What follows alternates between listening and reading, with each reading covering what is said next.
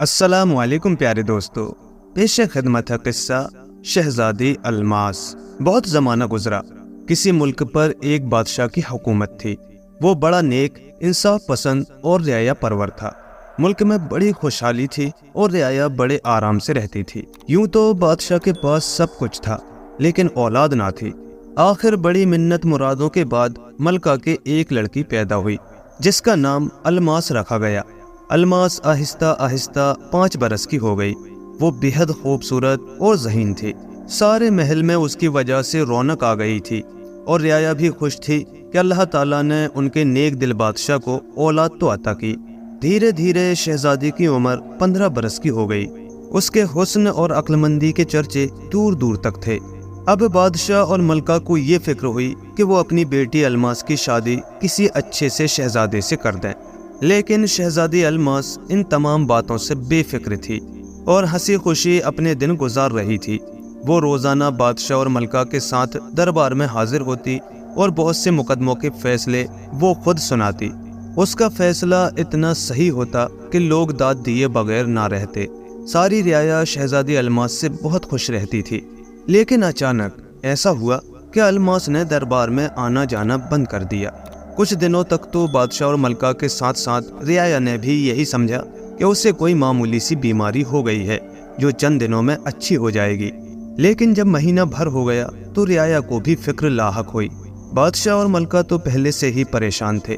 شہزادی الماس بالکل اداس اور خاموشی رہنے لگی تھی۔ وہ کھانا کھاتی ضرور تھی، لیکن بالکل تھوڑا سا۔ آہستہ آہستہ اس کی صحت گرتی گئی اور رنگ روپ بگڑتا گیا۔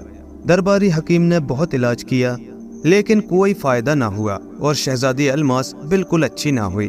یہ صورتحال دیکھ کر بادشاہ اور ملکہ بہت پریشان ہوئے۔ بادشاہ کے وزیر نے مشورہ دیا کہ بادشاہ سلامت ملک بھر میں اعلان کروا دیجئے کہ جو کوئی شہزادی الماس کی بیماری کا علاج کرے گا، اس کی شادی شہزادی الماس کے ساتھ کر دی جائے گی اور اسے تخت و تاج سونپ دیا جائے گا۔ یہ اعلان سنتے ہی ملک کے کونے کونے سے بہت سے حکیم اور وید شہزادی کے علاج کے لیے آئے، لیکن سب کے سب ناکام لوٹ گئے اور شہزادی الماس کی حالت میں کوئی فرق نہیں آیا۔ اب تو بادشاہ اور بھی پریشان ہوا۔ اس نے خدا سے بہت دعائیں مانگی کہ وہ اس کی اکلوتی بیٹی کو اچھا کر دے۔ پیارے دوستو، خدا بڑا رحیم و کریم ہے اور وہ اپنے نیک بندوں کی دعائیں ضرور سنتا ہے۔ چنانچہ ایک روز بادشاہ کو خبر ملی کہ ایک ایسے حکیم صاحب بھی دارالخلافہ میں آئے ہیں جن کے علاج سے ہر کسی کو فائدہ ہو جاتا ہے۔ وزیر نے بادشاہ سے کہا، کیوں نہ ہم بھی حکیم صاحب کو محل میں بلوا کر شہزادی صاحبہ کو دکھلائیں، شاید وہ ان کے علاج سے اچھی ہو جائیں۔ بادشاہ نے وزیر سے کہا، نہیں، ہم حکیم صاحب کو محل میں نہیں بلوائیں گے، بلکہ ہم خود اپنی بیٹی کو لے کر ان کے پاس جائیں گے۔ دوسرے دن شاہی سواریاں تیار ہوئیں اور بادشاہ اور شہزادی کا انتظار ہونے لگا۔ تھوڑی دیر کے بعد بادشاہ، ملکہ، وزیر اور شہزادی الماس محل سے باہر آئے۔ بادشاہ نے سواری کا انتظام دیکھ کر کہا، ان سواریوں کی کوئی ضرورت نہیں، ہم پیدل چل کر جائیں گے۔ وزیر نے کہا، حضور، حکیم صاحب یہاں سے بہت دور پہاڑی پر رہتے ہیں اور راستہ بھی بڑا دشوار ہے، اور پھر شہزادی صاحبہ اتنی دور پیدل چل کر کیسے جائیں گی؟ ذرا سوچئے۔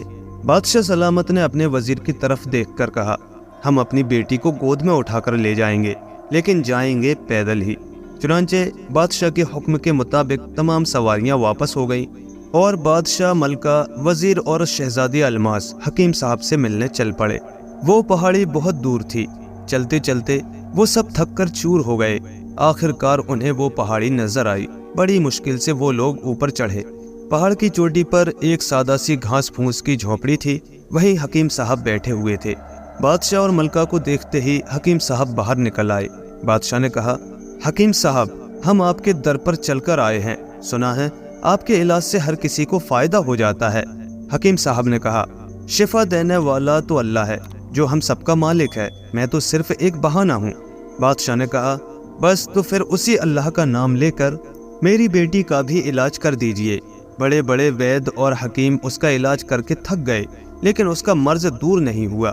خدا جانے کیسا مرض ہے، ممکن ہے آپ ہی اسے پہچان لیں اور اس کا علاج کر دیں۔ اتنا کہہ کر بادشاہ نے شہزادی الماس کو حکیم صاحب کے سامنے بٹھا دیا۔ حکیم جی نے شہزادی کا اچھی طرح معائنہ کیا اور ایک سرد آہ بھر کر بولے، بادشاہ سلامت، اسے کوئی مرض نہیں ہے، کوئی مرض نہیں۔ ملکہ نے تعجب سے کہا، جب اسے کوئی بیماری نہیں ہے تو پھر اس کی صحت کیوں گرتی جا رہی ہے؟ ہنستی بولتی کیوں نہیں؟ حکیم صاحب نے کہا، سچ بات تو یہ ہے کہ اس پر ایک جادوگرنی کا سایہ ہے۔ جادوگرنی ہر وقت اس پر سوار رہتی ہے۔ جب تک جادوگرنی کا سایہ دور نہیں ہوگا تب تک شہزادی اچھی نہیں ہوگی۔ بادشاہ نے حکیم صاحب کا ہاتھ پکڑ کر عاجزی سے کہا، تو پھر مار بھگائیے اس خبیث جادوگرنی کو جس نے میری بچی کا جینا حرام کر دیا ہے۔ حکیم صاحب نے کہا، اس جادوگرنی کو مار بھگانا میرے بس کی بات نہیں، البتہ میں ایسے آدمی کا پتہ ضرور بتا سکتا ہوں جو اس جادوگرنی سے مقابلہ کر کے اسے بھگا سکے۔ یہ سن کر بادشاہ، وزیر اور ملکہ بے حد خوش ہوئے۔ وزیر نے کہا، تو جلد بتائیے حکیم صاحب، کون ہے وہ آدمی؟ ہم اسے ڈھونڈ نکالیں گے۔ حکیم صاحب کہنے لگے، اس آدمی کو تو میں بھی نہیں جانتا، لیکن یہ ضرور بتا سکتا ہوں کہ اس سے ملاقات کیسے ہو سکتی ہے۔ حکیم صاحب کی بات سن کر وہ لوگ بے چینی سے پہلو بدلنے لگے۔ حکیم صاحب نے کہنا شروع کیا، یہاں سے جاتے ہی شہزادی کو محل کے برآمدے میں بٹھا دیجئے اور خیرات کرنے کے لیے اس کے پاس اناج، کپڑا، روٹی سے لے کر سونا چاندی اور ہیرے جواہرات تک رکھ دیجئے، اور جو بھی سوالی شہزادی سے جو کچھ بھی مانگے شہزادی اسے خیرات کر دے۔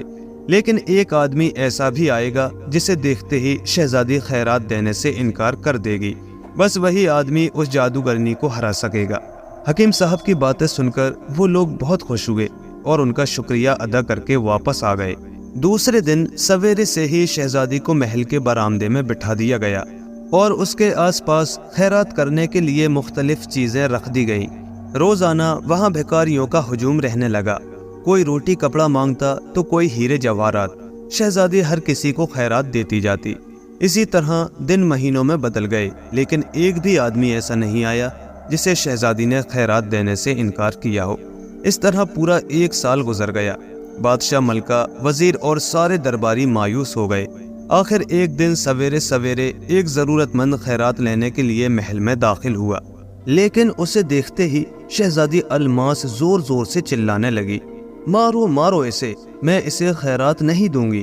بیچارے پہرے داروں کو کچھ معلوم نہیں تھا، انہوں نے اس آدمی کو پکڑ کر محل سے باہر نکال دیا۔ بادشاہ یہ سب تماشا محل کی کھڑکی میں سے دیکھ رہا تھا۔ اس نے فوراً اپنے 2 خاص ملازموں سے کہا، جاؤ اس آدمی کو عزت کے ساتھ ہمارے پاس لے کر آؤ جسے دربانوں نے محل سے باہر نکال دیا ہے۔ ملازموں نے فوراً حکم کی تعمیل کی اور بڑی عزت کے ساتھ اس آدمی کو محل میں لے آئے۔ وہ ایک بڑے پہنچے ہوئے بزرگ تھے۔ بادشاہ نے پہلے ان کے ساتھ کیے گئے سلوک کی معافی مانگی، پھر سارا واقعہ کہہ سنایا۔ بزرگ نے کہا، میں جانتا ہوں، میں نے آتے ہی اپنے علم کے زور سے دیکھ لیا تھا کہ شہزادی کے سر پر ایک جادوگرنی کا سایہ ہے، لیکن گھبرانے کی ضرورت نہیں، میں شہزادی صاحبہ کو جادوگرنی سے چھٹکارا دلا دوں گا۔ آپ مجھے بالکل خشک سرخ مرچیں اور ایک انگیٹھی منگوا دیجئے اور شہزادی صاحبہ کو ایک چھوٹے سے کمرے میں بٹھا دیجئے۔ بزرگ بابا کے کہنے کے مطابق فوراً عمل کیا گیا۔ اب بزرگ نے شہزادی کے لمبے لمبے بالوں کو ایک ڈوری میں باندھ کر ڈوری تان کر چھت میں باندھ دی اور شہزادی کے دونوں ہاتھ بھی باندھ دیے۔ کمرے کی ساری کھڑکیاں اور دروازے بند کر کے شہزادی کے سامنے سلگتی ہوئی انگیٹھی رکھ کر اس میں سرخ مرچیں ڈال دی۔ مرچیں آگ میں پڑتے ہی تیز دھواں شہزادی کی ناک میں گھسنے لگا۔ وہ اٹھ کر بھاگنے کی کوشش کرتی تو چھت سے بندھے ہوئے بال کھچنے لگتے اور شہزادی پھر وہیں کھڑی ہو جاتی۔ لیکن دوستو، بزرگ بابا نے کچھ ایسی دعائیں پڑھی تھیں کہ وہ تکلیف شہزادی کی بجائے جادوگرنی کو ہو رہی تھی۔ تھوڑی ہی دیر بعد شہزادی کے بھیس میں جادوگرنی بولنے لگی، اے بڈھے، مجھے چھوڑ دے، اب میں یہاں کبھی نہیں آؤں گی۔ بزرگ نے کہا، میں تجھے ایسے نہیں جانے دوں گا، تجھے سزا بھی دوں گا۔ اتنا کہہ کر بزرگ نے جادوگرنی کی ناک کاٹ لی۔ جادوگرنی بل بلاتی ہوئی شہزادی کو چھوڑ کر بھاگی۔ اسی دن سے شہزادی بالکل اچھی ہو گئی۔ اور دوستو، تمہیں یاد ہوگا کہ بادشاہ نے اعلان کیا تھا کہ جو کوئی شہزادی کو اچھا کر دے گا وہ اسی کے ساتھ شہزادی کی شادی کر دے گا۔ چنانچہ بادشاہ نے بزرگ سے یہ بات کہی تو بزرگ نے کہا، بیٹا، ہم تو اللہ والے ہیں، ہمیں گھر بار سے کیا مطلب؟ ہاں، تم شہزادی کی شادی حکیم صاحب سے کر دو، اور صحیح معنوں میں وہی اس کے حقدار بھی ہیں، کیونکہ انہوں نے ہی یہ بتایا تھا کہ شہزادی جسے خیرات دینے سے انکار کر دے گی وہی اس کا علاج کرے گا۔ اگر آپ کو یہ بات معلوم نہ ہوتی تو مجھے تو دربان دھکے مار کر باہر نکال ہی چکے تھے۔ بادشاہ نے بزرگ سے ایک بار پھر معافی مانگتے ہوئے پوچھا، اچھا آپ محل میں آئے کس لیے تھے؟ بزرگ کہنے لگے، میں یہ سوچ کر آیا تھا کہ شہزادی صاحبہ سے کچھ روپے حاصل کر کے اپنے گاؤں میں ایک چھوٹی سی مسجد بنواؤں۔ بادشاہ نے فوراً بزرگ کے گاؤں میں ایک مسجد بنوانے کا حکم جاری کیا اور بزرگ کو عزت و احترام سے رخصت کیا۔ اب بادشاہ پھر حکیم صاحب کے پاس پہنچا اور ان سے کہا کہ وہ شہزادی الماس سے شادی کر لیں۔ حکیم صاحب نے کہا، میں آپ کی وعدہ وفائی کی قدر کرتا ہوں، لیکن کیا ایسا نہیں ہو سکتا کہ آپ میری خدمت کے بدلے شہزادی کی شادی میرے بیٹے سے کر دیں؟ بادشاہ حکیم جی کی بات سن کر بہت خوش ہوا اور اس نے شہزادی الماس کی شادی حکیم صاحب کے بیٹے سے کر دی اور حکیم صاحب کو اپنا درباری حکیم بنا لیا۔